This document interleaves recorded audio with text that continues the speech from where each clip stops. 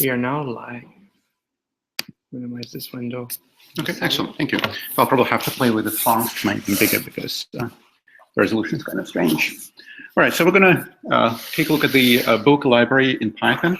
I have not used it myself, so I actually took a first look at it on Friday, and then spent a few hours playing with it. So it's a library for plotting, for two-dimensional plotting. There's no three-dimensional visualization, so it's really very, very simple. It's similar to what Matplotlib does, those of you who know it, but it's just oriented oriented towards the web. So you can view results on inside the web browser. You can create static HTML pages, or you can connect to a Bokeh server.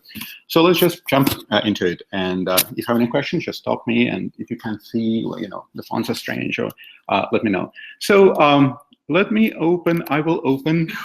Oh yeah. So in terms of installation, has everybody installed Bokeh? Or you need, so it's part of an account, so I don't really need to download anything separately unless you install pieces by hand. All right, so we can optionally use separate data, but I won't actually, so is this a separate window? Okay, right. I won't actually be showing, I'll show just one example with a separate data set. If you want to download it, you can, it's so let me just, I'll open a Python window. So I'll show a few examples in the terminal, but mostly I'll be working in IPython notebook. So you can optionally download data. You don't really need it for these examples. There's just one example which uses a data frame from a standard Bokeh sample data module. But if you want to open it, just type import Bokeh and then Bokeh sample data download. But this is a 74 megabyte download. So if you're on a slow network, or if you want to do it in the background, you can certainly start, and it'll take some time to download. But you don't really need this again. For example, here's just single stuff I want to show you.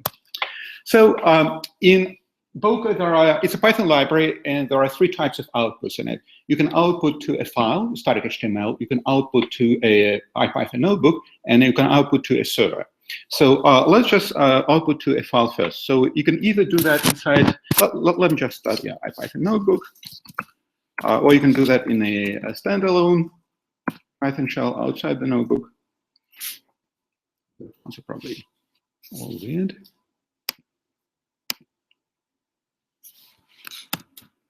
Good. So I'm going to import, actually from Bokeh plotting, I'm going to import a function to create figures, and then a function to send output to the file, output underscore file, and then the function to show output inside the web browser, and also a function to save output in a static file. And then I'm gonna.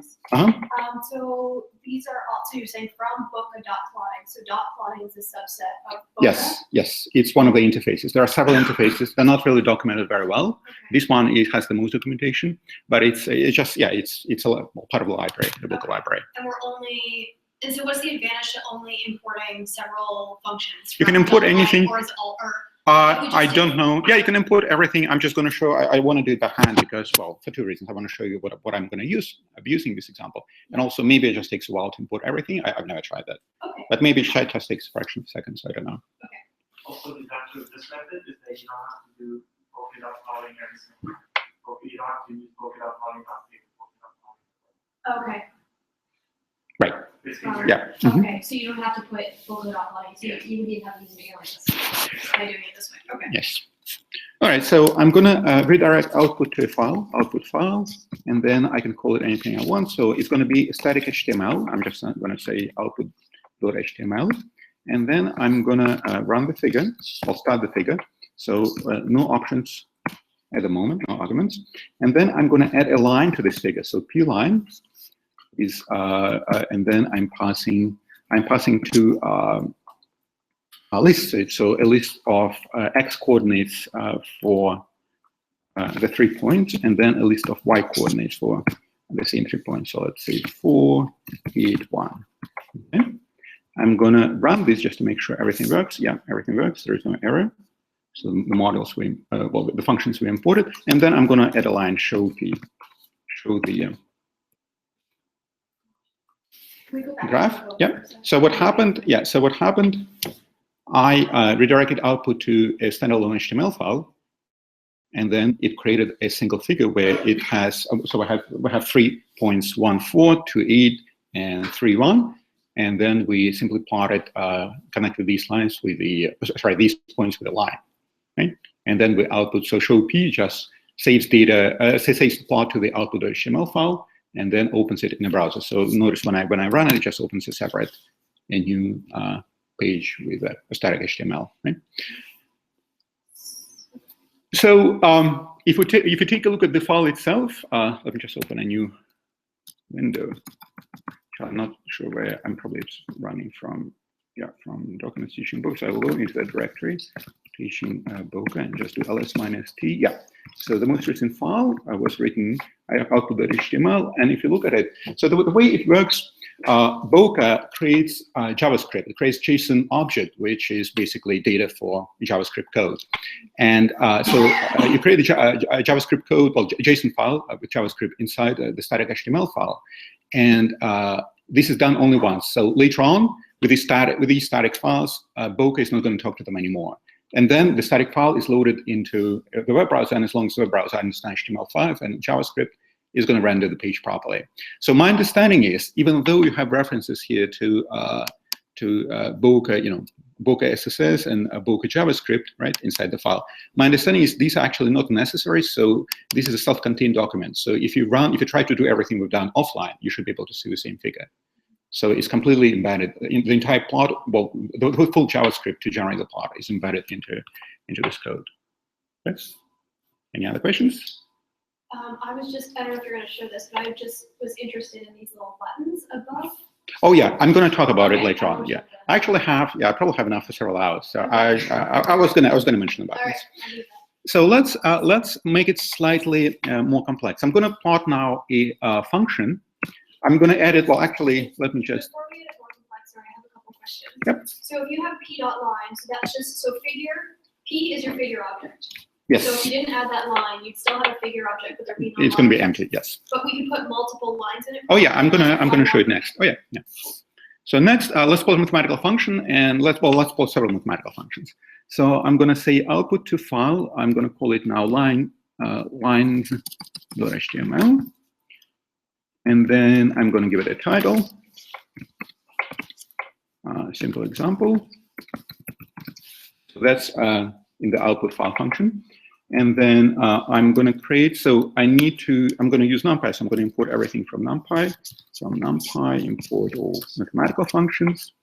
And then I'm going to use a range, so let's create an array, one-dimensional array containing the x value, so a range. Let's go from 0 to 2 pi, and just slightly above 2 pi, so 2 pi plus some small number. And let's have a step of 0.1, okay? So we can also pass arguments to the create figure command. We're going to see, we're going to pass the title. So the first title in the output file, this is going to be the title of the HTML page, which opens, simple example, which opens the browser, right? That's the title of the HTML page. This title that we're going to pass in figure is going to be a title appearing well, just above the figure itself. Yeah. What's the 2 dot for? 2 dot. X equals a range 0, This one? 2. What's the period for after the 2? Oh, so I'm writing a one-dimensional mathematical array from NumPy. I'm creating a range of values from 0 to 2 pi, slightly beyond 2 pi, so the 2 pi is also included. And the step is 0.1. Yeah. So Okay. well, we can actually print it, right? So let's just. Yeah. So we're creating basically numbers from 0 to. So it's not necessary like 1, 3. Like it would be 2.0 would be the same as 2. Yeah, I think so. It's the same. Okay, thank you. That's all. I didn't know it was a typo. So we just create a sequence of numbers going from 0 to 6. Actually, it's not exactly 2 pi. 6.2, right? The one before 2 pi. So you don't actually need this plus this small number. The results going to be exactly the same. And the step is 0.1. And then, so I'm gonna say figure. The title will be the title just above the figure. I'll say few functions. And then I can optionally give a axis label to the x-axis. Actually, it doesn't expand for some reason. So let's say let's call it x, and the same for the y-axis. y-axis label, underscore 1, and then is equal to y. So let me just see that it works. You have two y-axis with it. Oh, right. Yes. Okay. Good. It works. And now let's add a line. So the line is going to be, we'll pass the axis, the array, one-dimensional array we generated before, and let's just calculate for y sine of x. Then we can optionally add a legend. So the legend is going to say this is sine of x, just a string. And then we can optionally pass the line width. Line width is equal to 2. Okay. So the line is rendered. Nothing is shown yet. And the reason is because we need to issue the show command. Show p, now show the plot. And the plot is generated in a new web page. You go back to the code. Yep.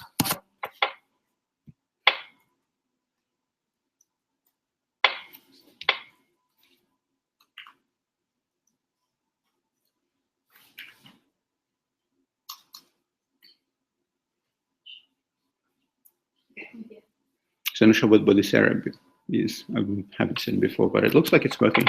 So it plotted the sine of x from 0 to 2 pi. It gave us a legend, and it gave us a title, a few functions just above the plot. Right? So we're going to add. Actually, let me show you how output notebook works. So we redirected output to a file. So we imported output file, and then we said specifically output will go into this file, which is actually a file. If you look at if you look right here, ls-t, there should be the most recent file is called lines.html, right in the current directory. So let's redirect output to a notebook, to this IPython notebook now. So I'm going to import, instead of output file, I'm going to change that output notebook, and then I'm going to call output notebook in the second line. Option I can pass the title to it. So I'll just say output notebook. Let's try passing a title. Actually, I haven't tried that. So title equal to few functions, and I believe that should work, right? Nope. Shoot. Oh, okay. Here we go. Yeah, that's fine. Oop. Okay, there's no title in output notebook. Interesting. Let's try that without the argument. Yeah, it works. Opens a new web page, but it's actually not what I wanted to do. So why is that?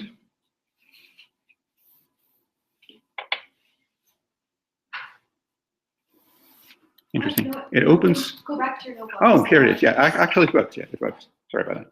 It works. So, and it's still complaining. It's using the title from your It- figure. Yeah. You can't give the title to you.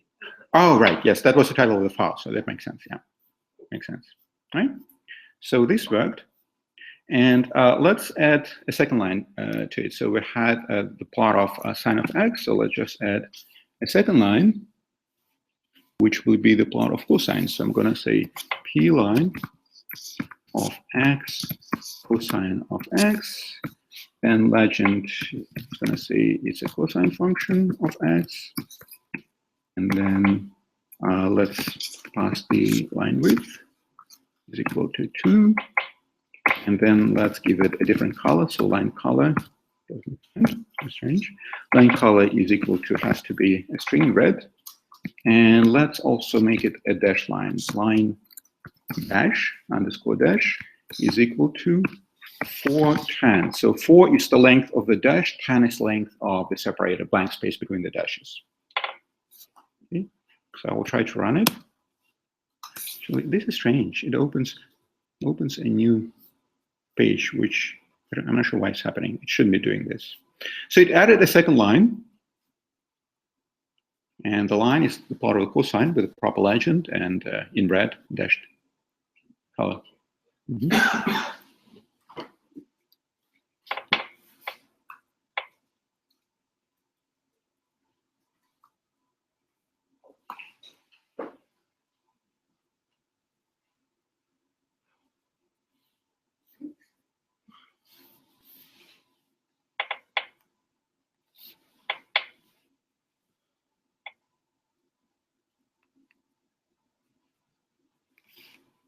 what I will try to do, I will try to erase this cell just above it, and I'll try. So if I restart the notebook, it shouldn't delete the code, right? The code should still be there. No, yeah, So I think you're just confused about something, because it should not be opening a new page every time. So clear all outputs and restart.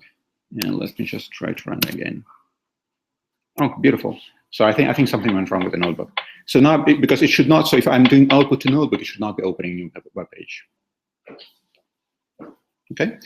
And I'm also add a new line, for example, square root function, but I'm going to add it with a different command. Instead of p line, I'm going to say p circle. So that's going to add a glyph, but basically points along the line instead of the line itself. So I'm going to say x square root of x, and the legend will say that it's a square root function of x, and then I will fill it with a color. So for example, orange, fill color is equal to orange, and then the size of the circle is going to be 6, right? So instead of plotting a line, we're just basically putting a collection of points into these x's and y's.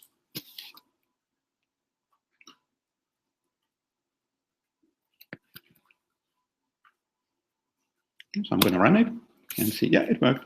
So it created a new line, which is now not a solid line, but a collection of points filled with orange color. And of course, everything is modifiable. So for example, you see that there is green with blue, probably blue on the outside, just around each point. You can also modify that.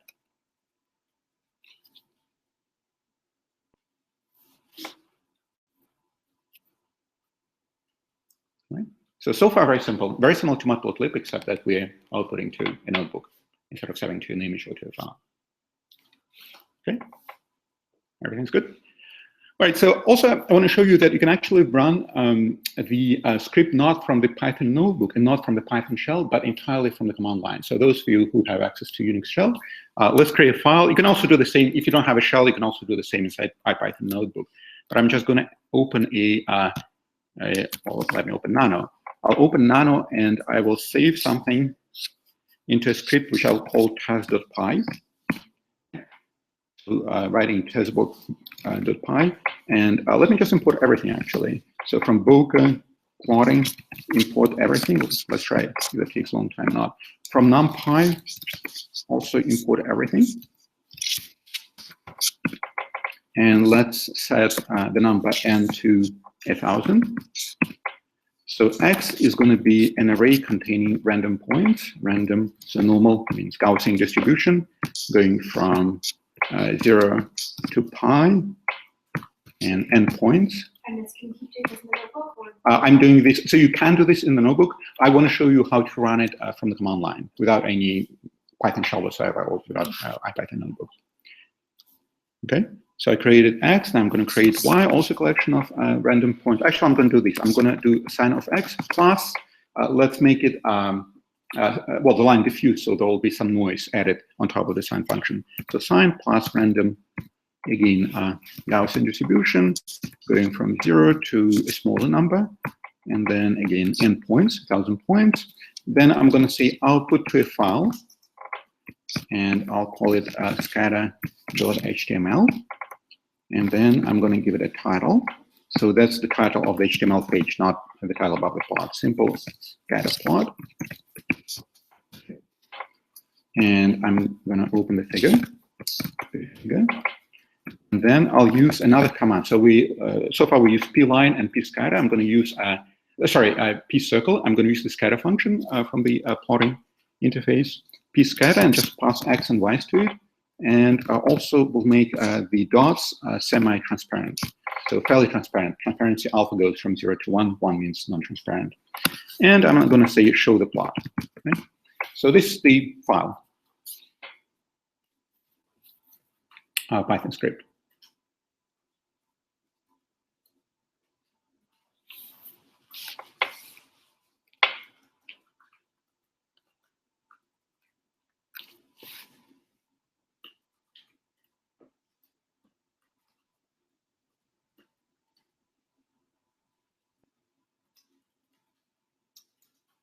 Okay, I'm going to save it.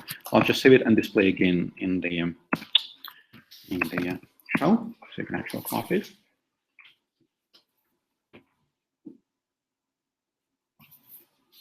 And then I'm going to run it. So from a command line, I just say Bokeh, output to HTML. The first argument, and the second argument is just the name of the script.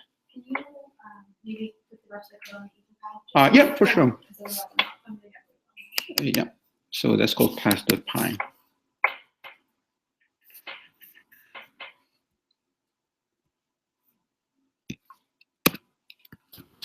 Pass.py, copy and pasting. And so I'm going to run it. And it ran. Actually, you see that importing everything from a Bokeh porting interface, that doesn't take that long time. And it ran, so to double check that it ran, I just do ls-t. It shows the most recent file should be, actually should be it should be scatter HTML, and I don't see it. That's funny. Let me remove it. Remove scatter.html. Let me try running again. So I have pass.py, which outputs to scatter.html. Good. And I remove scatter.html, and now I'll try to run it again. Maybe overwriting a file, that doesn't work. So I'll say Bokeh, HTML, and then pass.py. And do ls-l on scatter. Good. Output to file. What if you get Bokeh command not found? If you have Bokeh command not found, that means that you don't have, the terminal does no path to Bokeh. So most likely you need to set up the path variable, although probably Anaconda should do it for you automatically, I guess. This is weird. So so I'm currently running both. So while preparing for this, I was doing things separately. So I'm not sure whether there is some clash between this instance of Bokeh and an instance of Bokeh in the, I'll close the notebook and I'll just kill it on the notebook server, and let me try it again. Okay, do ls-l on scatter. Nope. I don't know what's wrong. Bokeh plotting, import everything. Can anybody say what's wrong? This should work. So let me, let me try this. I'm going to import the functions explicitly. Figure, output underscore notebook, and then show. Okay, save modified. Yes. Here's the file. And then I'm going to say Bokeh HTML on that.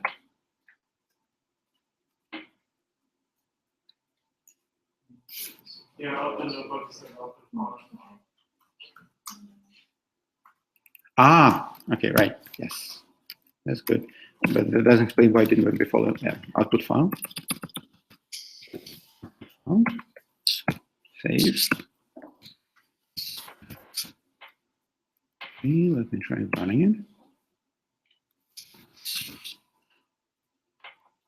There's no scatter.html. I don't know what's going on, because before it was running, and I don't see anything obvious. Huh. Okay, well, interesting. Let me try to run this inside the IPython notebook then. I don't know what's wrong.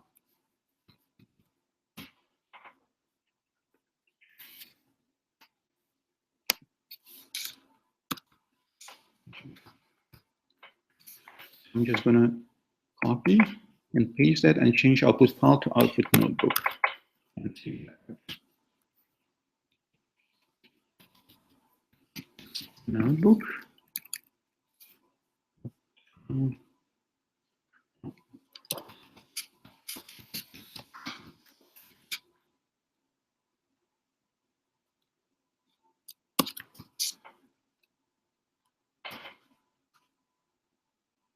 All right, so this worked. I'm not sure why it wasn't working before. Anyway, so yeah, so here we used the scatter command to create a scatter plot to which we simply pass the to erase, numpy erase x and y, and as you can see, the points are sort of transparent, so we can make them not transparent. For example, just doing something like that, changing the alpha, and you can see they're not transparent. And of course, the size of the dots, the color, and all the stuff you can modify very easily. Now let's do several plots. This is actually fun stuff. Let's do several plots, several panels in the same plot. So I'll try let me just copy and paste that into a different script. A different cell. So I have show, and also I'm going to import a grid plot. It's a function to arrange panels inside a bigger plot. So from NumPy, import everything. Let me just create several lines. So I'll have again x goes a range from 0 to 2 pi with a step 0.1. Then I'm going to create a figure which is called S1 figure. So the width of the figure is 400, and the height, let's do 350. And then title is none. So I'm not sure if I need that, or I can just omit it. So, and then we're going to add a line to it, to this figure. We're plotting sine of x. And then, so legend is going to say sine of x. And then line width, well, we'll just do the default line width. So I'm going to erase everything after that. And let's just do show. Actually, no, let's not do anything. Now let's add a second figure. S2 is equal to figure. And it's going to have exactly the same, exactly the same arguments, same width, same height, same title. And then let's add a line to S2. Oops, sorry. S2 line, x, cosine of x, and then the legend is going to say cosine of x. Line color, let's do it red. Line underscore color is red. And now let's do a third panel, a third figure. So S3, again, figure, exactly the same 3 arguments. And then let's add a line to it. So it's going to be the square root of x. Legend, oops, legend says square root of x. And then fill color, so let's do orange. And then size of the circles is going to be 6.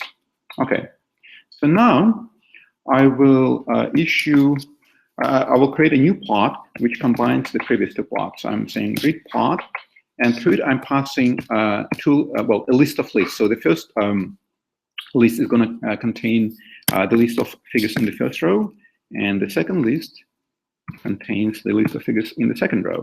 So let's do that non and then S3. You'll see what happens. And then I say show key. Oops. And I try to run this cell. And of course, I got an error. S3 line should be circle.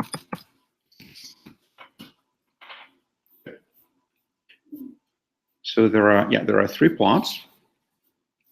And each plot, you can see that I can actually move each plot. I can pan them around. Notice there are buttons here in the toolbar that Tiffany mentioned, right? So for example, we're currently panning, and panning is individual, so it's separate for each panel, right? And as you can see, we asked for a 2x2 plot, and then in the first row we have 2 figures, in the second row we had none and S3. Right? So it's a simple arrangement. And then the 3 panels are completely independent, so you can actually zoom. Let's switch to zooming. So I have will zoom, for example. Oops. Yeah, and now I'm, oops. When I mouse over the corresponding plot, I can actually zoom and zoom separately. Right? And then there are other controls, for example, which one? Well, resize, preview, save. Okay, so a few controls. We can actually add more controls by hand later on. So now let's add another argument to the third figure. Yep. Move on. I just have a question. So I see that there's save on the side, and you can click save to save it as a PNG.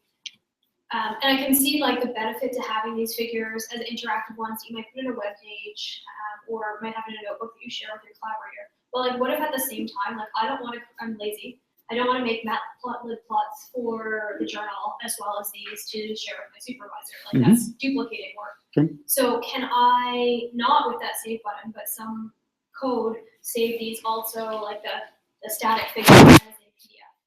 Oh yeah, absolutely. Okay. So if you save, well, so how to save PDF? I actually don't know. You can save it as a static HTML. Okay. So if you do save P, that will actually save it as a static. Yeah. Let's see. You actually have to output to Because you a can file. output to PNG through that little save clicker, like on the left-hand sides of the plots. Right. So if you click preview save, you can say save as PNG, and Okay. I mean that would almost be good enough. But Still not quite the right. it's just a content. single panel for me. Yeah, Mhm. it's just a single panel. Yeah, it would be. I wonder if you can do that, because that would be. You know, you can see what I'm saying. Like you don't want to write. I don't want to write with two different libraries if I'm going to. If I have to. So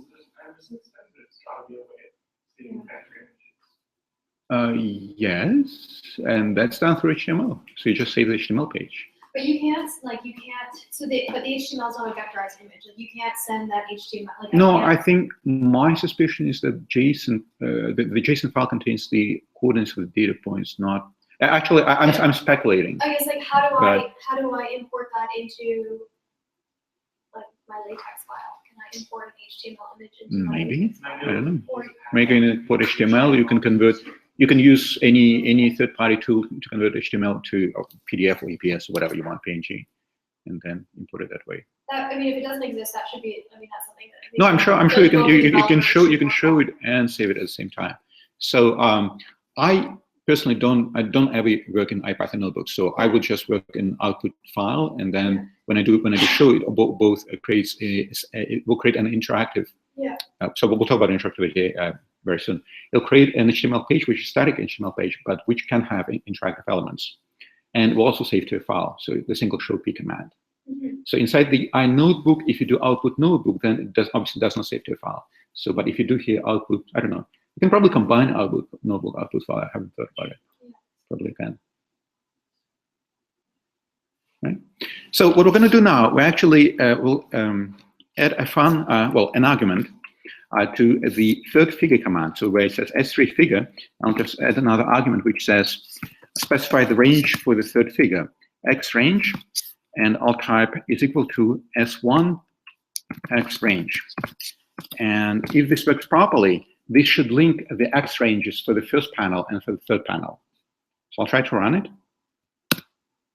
And it doesn't complain, good.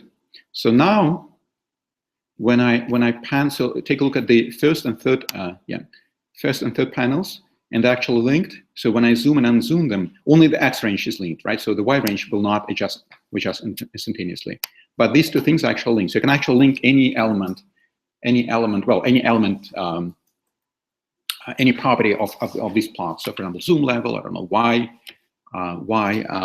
range, and so on. And you can reference, for one panel, you can reference the properties of another panel. So for example, let's make the color the same or selection the same. And there are a few other examples you can find of this sort of interaction in the Bokeh online guide. But kind of fun. So you can actually, do things like this, right? Any questions? Okay. So we don't have a lot of time. Let's add a line which says, let's add a few tools to this plot. So I'm going to say, I'm going to call it buttons. Buttons, oops, is equal to, and then I'll add a bunch of buttons. So resize, crosshair,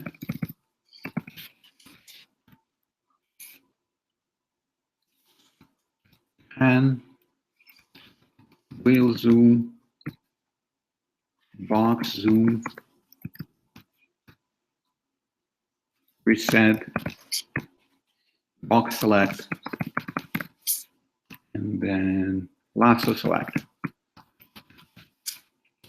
And then I will, I will add that as, actually let me try this. I don't know whether this will work or not.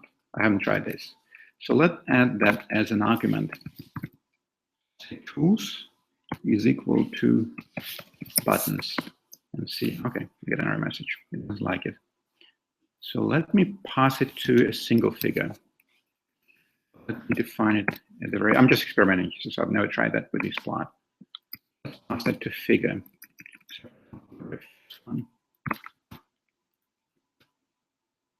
Okay, it worked. So you can define buttons, a list of buttons, and you'll see some new ones. And I'm just passing that as one of the arguments to the figure command. And let's see where these buttons are. So I define a whole bunch of other stuff, and I don't see that as other stuff. When? When you put your cursor on the plot. On the plot? So those lines were there. Maybe. Okay. What I'm going to do, I will just erase. Sorry about that. I will erase. So I'll make the plot less complex now. I will just do this. So I'll just have a single panel. That should work. That works. So apparently, I have to be more careful when I do it with multi-panel layout. But now you see there is a bunch of buttons which we defined. For example, the lasso effect was simply select all objects, all data points which are inside this this lasso, or we can do box select or a few others. So there are several dozens of these various predefined buttons we should add to the plots. Right? You already saw the marker called circle. There are several dozen markers which do something similar. So, for example, there is a marker called asterisk, circle cross, circle X, which I'll put, horizontal X, cross, diamond, diamond cross, inverted triangle, square, square cross, a few others. So I'm going to show you another example where we use a marker called multiline. So I'm just do from Bokeh plotting. Let me try this. Import everything. Output notebook. Let's create a figure containing actually nothing. Let's say X list is a list containing a list of axes for two objects. So 1, 2, 3, and then 3, 4, 6, 6. 3, 4, 6, 6. That's X list, so is equal to, and then Y list is equal to Y coordinates of the respective points. So 2, 1, 4, 3 points here, and then 4 points here. 4, 7, 8, 5. 4, 7, 8, 5. And then I'm going to say, I'm going to call multi-line, which will draw several lines. X list, Y list, so X and Y, well, X and Y coordinates of the points. So color is going to be a list because we have two disconnected lists, so there will be two curves. Let's say red and navy. And then I'm also going to pass alpha separately to these two lines, so 0.8 and 0.2, almost transparent. And then line width, I'm just going to pass a single argument, but I think you can pass a list as well. Is equal to 5, and then show P to display the plot. Okay, yeah, it worked. And as you can see, it simply created two separate lines. Yeah, it created two separate lines. And the reason why we have two lines because we have a disjointed list. So instead of a single list for axis, we have a list of lists where this is the first list gives you the first curve, the second list gives you the second curve. So we have 3 and 4 points respectively in these two curves. Yeah. So this P, is it a Bokeh object now, or is it a matplotlib object? No, it's a Bokeh object. Yeah. There is no matplotlib at all. Because which one? Because we load it. So because we call we have a call to figure, which outputs something, right? And then the something object, the Python object, Python class, which contains a lot of other stuff. No, if you then define, if you then import this library and you define P equal figure, then it would not work. You will get an error message because it doesn't know what figure is. So figure is a function which is defined inside what the plotting is. And the function outputs a class which contains lots of attributes and sub-functions. So I was wondering why matplotlib doesn't include this extra fancy things like this multi-line. Why? So this is not matplotlib. It has nothing to do with I it. know. So why I was not? wondering why they don't add this extra fancy. They option. have quite a lot of stuff. It's just very different interface, but they have quite a lot of fairly complex stuff. Wait, why my High level. doesn't do that? Yeah.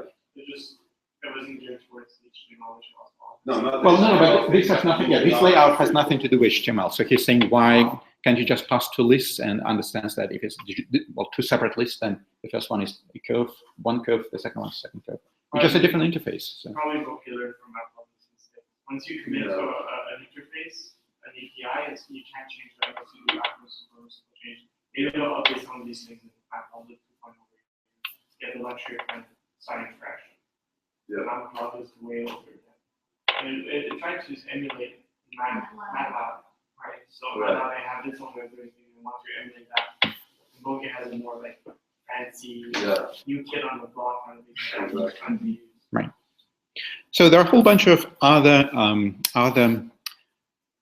glyphs which which will create more complexity. So, for example, you can create a rectangle, or I don't know, something, a wedge, an annular wedge, annular sector, and these are glyphs which are basically, well, they're functions that, so instead of saying like p circle, you say p annular wedge, and it will give you an annular wedge which, you know, specify parameters, and because it's going to be now not infinitely thin like a line, for example, but it's going to contain some shape. You can actually fill that shape with a color. You can fill it even with an image if you want. So it's quite advanced, and there are, as I said, there are several dozens of various glyphs that you can play with. Okay. Bokeh can also, so far we've just been passing vectors to various plotting functions. You can also pass a data frame. So the file that I told you that the only example I'm going to show with a data frame is this one for which you need to download the 74 megabyte file. So I'm going to do that. If you haven't downloaded, just don't despair. I'll just watch what I'm doing on the screen. But I'm going to say from Bokeh charts. So this is a different interface from plotting. Bokeh charts import uppercase scatter, and then again output notebook, and then show. And then from Bokeh, now we're going to load the data. Sample data, order MPG, import order MPG as data frame. So let me run it. Yep. Okay, good. And then I'm going to define a new scatter plot. So notice the interface now is different. Instead of saying p.scatter, I'm saying p is equal to scatter because it's a totally different sublibrary. So now we're looking at the charts interface instead of the plotting interface. And I'm passing data frame to it. I'm going to say on the x-axis, I have my miles per gallon. On the y-axis, I have horsepower. These are just labels. And actually, sorry, not labels. We define which columns of the data frame we are associating with the x and y axis. And now we're going to pass the label. So x label is equal to mpg, and then our y label is going to be, I'll just write horsepower, and then color blue, the string. Okay, so that will create a scatter plot, load data, and we'll create a scatter plot. I think it'll just take some time. Oh, I didn't type show p, of course. Well, I need to type output notebook, right? Output notebook to actually show anything, and then I need to say show p. Yeah. So, okay, loaded successfully, and then it gave me a scatter plot. So once again, very similar to what you do, for example, the ggplot in R, you just specify which columns. So the MPG column and the HP columns are part of the data frame, and then you specify labels, and you specify the color, and then everything is plotted as a single color, as a scatter plot, right? Where you have horsepower on the vertical axis and MPG on the horizontal axis. Yep.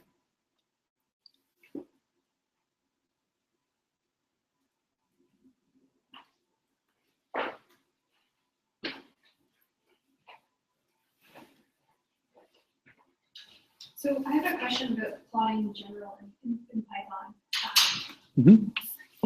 Whether you're using Matplotlib or Bokeh. So when I've been playing with Matplotlib or just Matplotlib through pandas, it seems like Matplotlib really wants everything in columns, as opposed to where ggplot we deal with like longer data frames.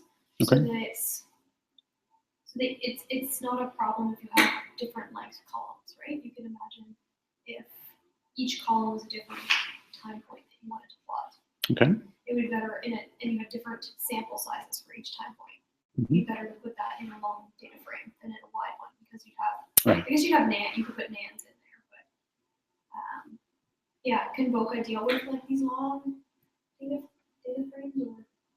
Or? So once again, what exactly do you want to do? You I'm just wondering. You mentioned that it's like ggplot, and yes. so like anytime you're using ggplot, Mm-hmm. you actually don't want a wide data set. Yes. Data frame. You want a long data frame. Yes, many data points. Mm-hmm.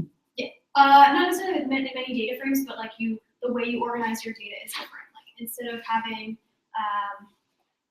MPG, so if you have, what are we plotting here? Miles per gallon and horsepower, instead of having a column for miles per gallon and a column for with the miles per gallon values and a column that's labeled horsepower and has the horsepower values, you have a long data frame where each row is a single value. Okay. And single variable, you mean? Single variable. Yes. And no. What do I want to say? Forget about it. Okay. Anyway, I'm sure it can be done. It's just so the scatter from charts interface takes in a data frame where it treats each column as you can point a. So I'm not sure whether you can point it to a row. Maybe I haven't played with it now, so I don't know. But I think this is very similar to ggplot, right? Where you say this column means this variable. And so, for example, you can even do things like instead of blue, you can have cylinder, which is another column. And now we'll color things by the cylinder. Oh, right? okay. So very similar to ggplot. Okay, I think In that it's sense. Mm-hmm. Okay. So we have only a few minutes left. Actually, I was going to talk about interactivity next. There are several different ways you can have interactivity inside Bokeh visualizations. So because Bokeh creates a static HTML, it doesn't really talk back to the Python script. So if you want to have interactivity through Python code, then you actually need to start a server, which I hope to show you if we have enough time. But that's a more complex process. So you need to have a server, a Bokeh server running on your computer, or perhaps on a remote server, and then you have Python script.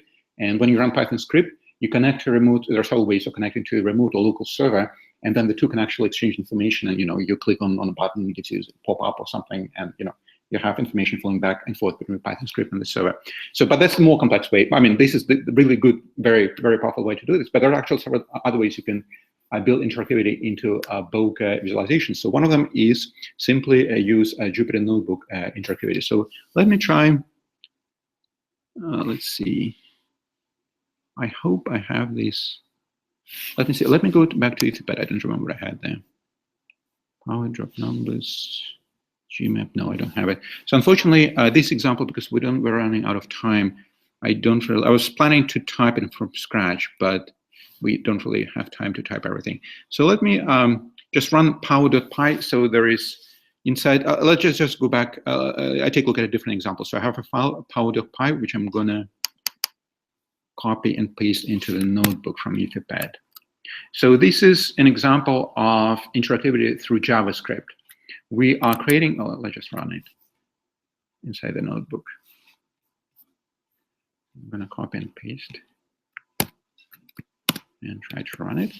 Okay, beautiful. So it ran. As you can see, there is a plot of a function, and then there is a slider which changes the the power of the function, right? So you have x to the power n, which n is just the value along the slider. And so this interactivity is happening through JavaScript. In this case, Bokeh outputted it wrote a single HTML file which has JavaScript, a JSON object describing what data you're visualizing with JavaScript. But there's no interactivity, there's no information, no requests flowing from this JavaScript web page back to a Python script. So all interactivity is happening entirely through JavaScript. It's just a JavaScript slider, which updates the function. Right? So this is one way to do interactivity. Another way, as I mentioned, you can also do it through interactive widgets inside Jupyter or IPython notebooks. But I just don't have enough time to show that example. And so the final example of interactivity is through this server. If you let me close, because I don't know whether this will work inside the IPython notebook, so I'm going to kill the IPython notebook. Just leave this page, and I will remove that. We'll kill the notebook server, And so inside Etherpad, there is a drop. Let's see. Yeah, drop numbers. I'm just gonna. So you can copy and paste that into a separate file, dropnumbers.py. I already have that, I believe, in the current directory. Yeah, dropnumbers.py. So basically, it's some Python script that will talk to the Bokeh server. So you can optionally, inside the Python script, you can optionally insert the command, which is similar to output file in output notebook, but the command is called output_server. So it will talk and specify which port, which IP address, and then we'll be talking to the server, local or remote server, with the address of which you specify. So that's one way to connect a Python script to a Bokeh server. Another way is actually do it entirely from the command line. So if I do something like this, I say Bokeh serve, and then dash show means that when the thing runs, it'll open a web page, and then I'll say drop numbers. So this will run the Python script drop numbers. Will also open a Bokeh, will start a Bokeh server, and will link the script to the Bokeh server. So if I do that, it opens a web page where you have a black background and press me. So when I press me, it just basically runs through the script, Python script, the loop in the Python script, and creates numbers, right? And randomly it drops them inside the box. And you can see, if you look at the code itself, you see that it's actually running this Python code add number. Yep, we're right now. Yep. So it's actually adding interactivity through. So we now have communication with the server in the Python script, and every time I press add number, it actually runs the Python. The server asks that function, well, runs the function once again. So, yep, you need to. So I was hoping to talk a little bit more about interactivity and also acceleration by WebGL. You can actually run a Bokeh visualization on the graphics card, and it runs faster. Thanks, Alex. Sure. Yeah.